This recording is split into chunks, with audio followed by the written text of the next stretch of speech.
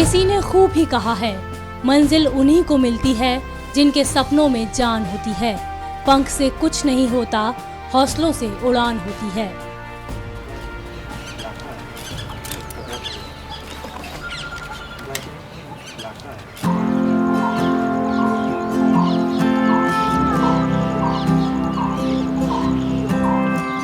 बनारस से आज हम आपके लिए एक ऐसी कहानी लेकर आए हैं जिसने महिला सशक्तिकरण को पंख दिए तो समाज को दी एक नई प्रेरणा। अपने सपनों को पंख देना आखिर किसे पसंद नहीं है, लेकिन शादी के बाद जिम्मेदारियों की बेड़ियों तले लड़कियों के सपने अधूरे रह जाते हैं। लेकिन आज हम आपको महिला सशक्तिकरण की एक ऐसी तस्वीर दिखाएंगे जिसमें बनारस की एक शर्मीली लड़की चूल्हा चौकी के साथ निशानेबाजी में गोल्ड का सफर तय करती है।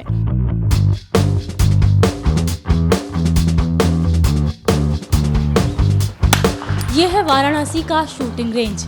यहाँ हर रोज बुनते हैं कई लोगों के सपने। उन्हीं में से एक है काशी की बेटी और बहू कही जाने वाली सुप्रिया सिंह। शर्मीली सी दिखने वाली सुप्रिया जब घर पहुँचती है तो एक आदर्श बहू के रंग में नजर आती है, लेकिन जब शूटिंग रेंज पर मौजूद होती है तो एकदम निडर और सटीक निशाना लगाती है। ऐसा हम नहीं कहते, बल्कि बनारस के लोग कहते हैं।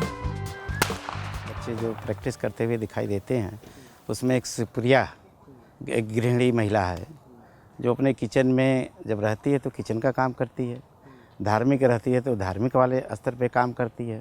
अपने बच्चों का ख्याल करते हुए यहाँ इस फील्ड में आकर के ये अपना प्रैक्टिस राइफल की शूटिंग में प्रैक्टिस करती है। हम लोग इसको आशीर्वाद के रूप में देखना चाहते हैं। इसके भविष्य को माने अंतर्राष्ट्रीय स्तर पर इसको हम देखना चाहते हैं कि ये अपना पदक लेकर के सुप्रिया आए। अपना किचन का काम, अपने ससुराल का काम, अपनी महिला होने का काम ये भूल जाती है। टारगेट उसको दिखाई देता है। हम बहुत नाम की है न्यूज़पेपर में, पेपर में तमाम उसका भी नाम आया है। जो भी करेगा तो सिर्फ हमारा ही नाम नहीं होगा, हमारे मोहल्ले का नाम होगा, हमारे ज़िले का नाम होगा, हमारे देश का नाम होगा। तो एक दफ़ा गोल्ड मेडल के एक तो नाम तो कर ही चुकी है और आगे बढ़ते जाएंगे इसी में।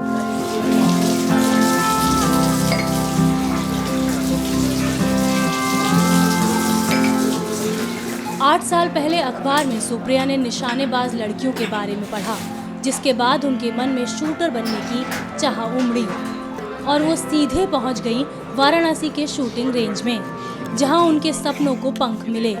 लेकिन इस बीच उनकी मुलाकात हुई भूपेंद्र प्रताप सिंह से, जो खुद एक प्रोफेशनल शूटर रहे हैं और आज सुप्रिया के जीवन साथी हैं। ये भी क्लब में शूटिंग करना शुरू की। ये 2009 में क्लब आई, शूटिंग करना शुरू की। उनके भाई ने उनको लेकर आया। तब से हम लोग में परिचय हुआ, बात हुई। बाद में बातचीत धीरे धीरे शादी में बदल गई। शादी के बाद इनकी शूटिंग बिल्कुल छूट गई थी। तो उनका शौक़ तो हमें पता ही था। हम जब प्रोफेशनल शूटर हैं तो हमेशा मैच के लिए जाया करते थे। उस समय ये खाली काफ़ी अकेले महसूस करती थी। उस बीच में जब बातें होती थी तो इनका उत्साह देख के मैंने कहा फिर से शुरू करो।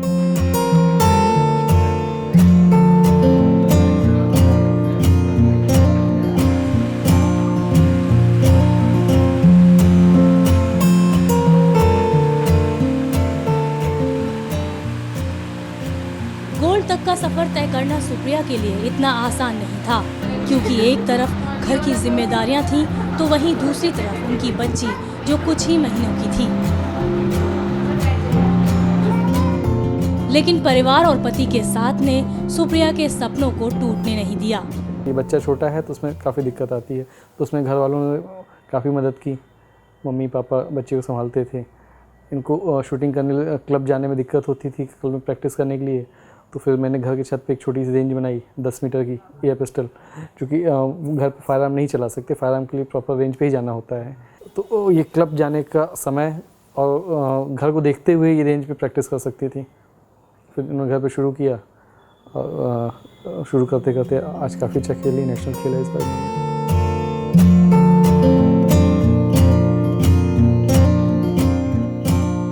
जब मन में किसी चीज को पाने की चाह हो तो मेहनत बेकार नहीं जाती, और सुप्रिया की यही मेहनत रंग लाई।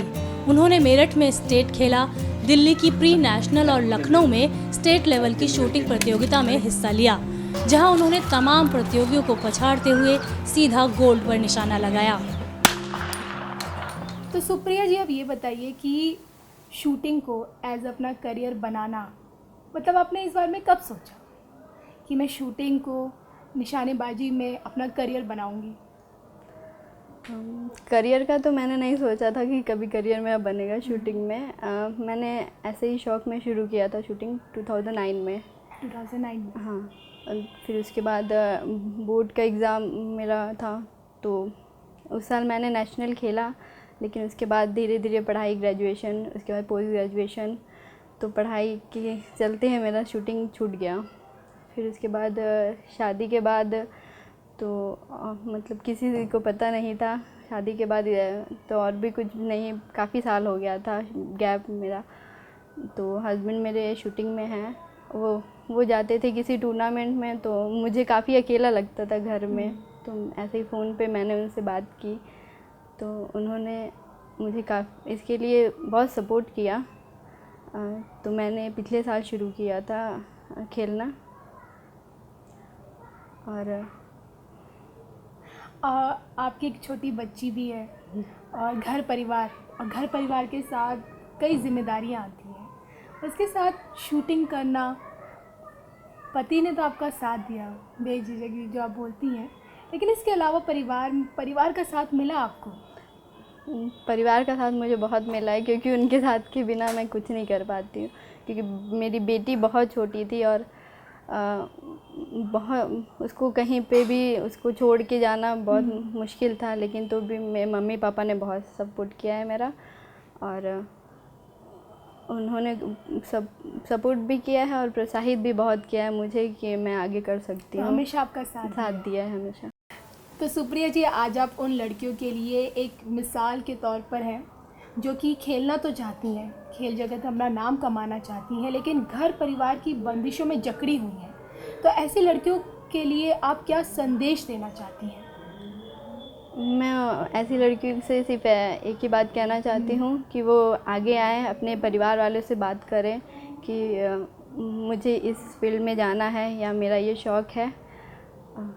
वो किसी तरह से शर्माए नहीं और परिवार वाले भी उनका साथ देंगे कि वो अपने शौक़ को अपने पूरा कर सकें,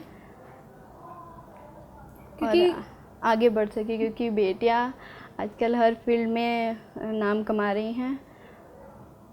बिल्कुल बिल्कुल, बेटियां भी लड़कों से कम नहीं है, क्योंकि अगर परिवार का साथ मिल जाता तो हौसले बुलंदी पे छू जाते हैं। जी।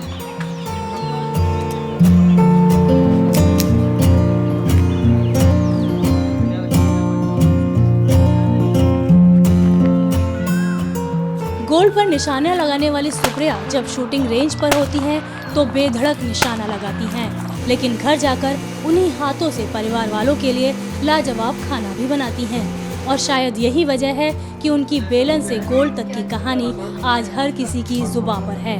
कहते हैं हौसले बुलंद हो और अपनों का साथ हो तो कुछ भी नामुमकिन नहीं होता। सुप्रिया जी उन लड़कियों के लिए आज एक मिसाल है जो चूल्हा चौकी के साथ अपने सपनों को उड़ान देना चाहती हैं।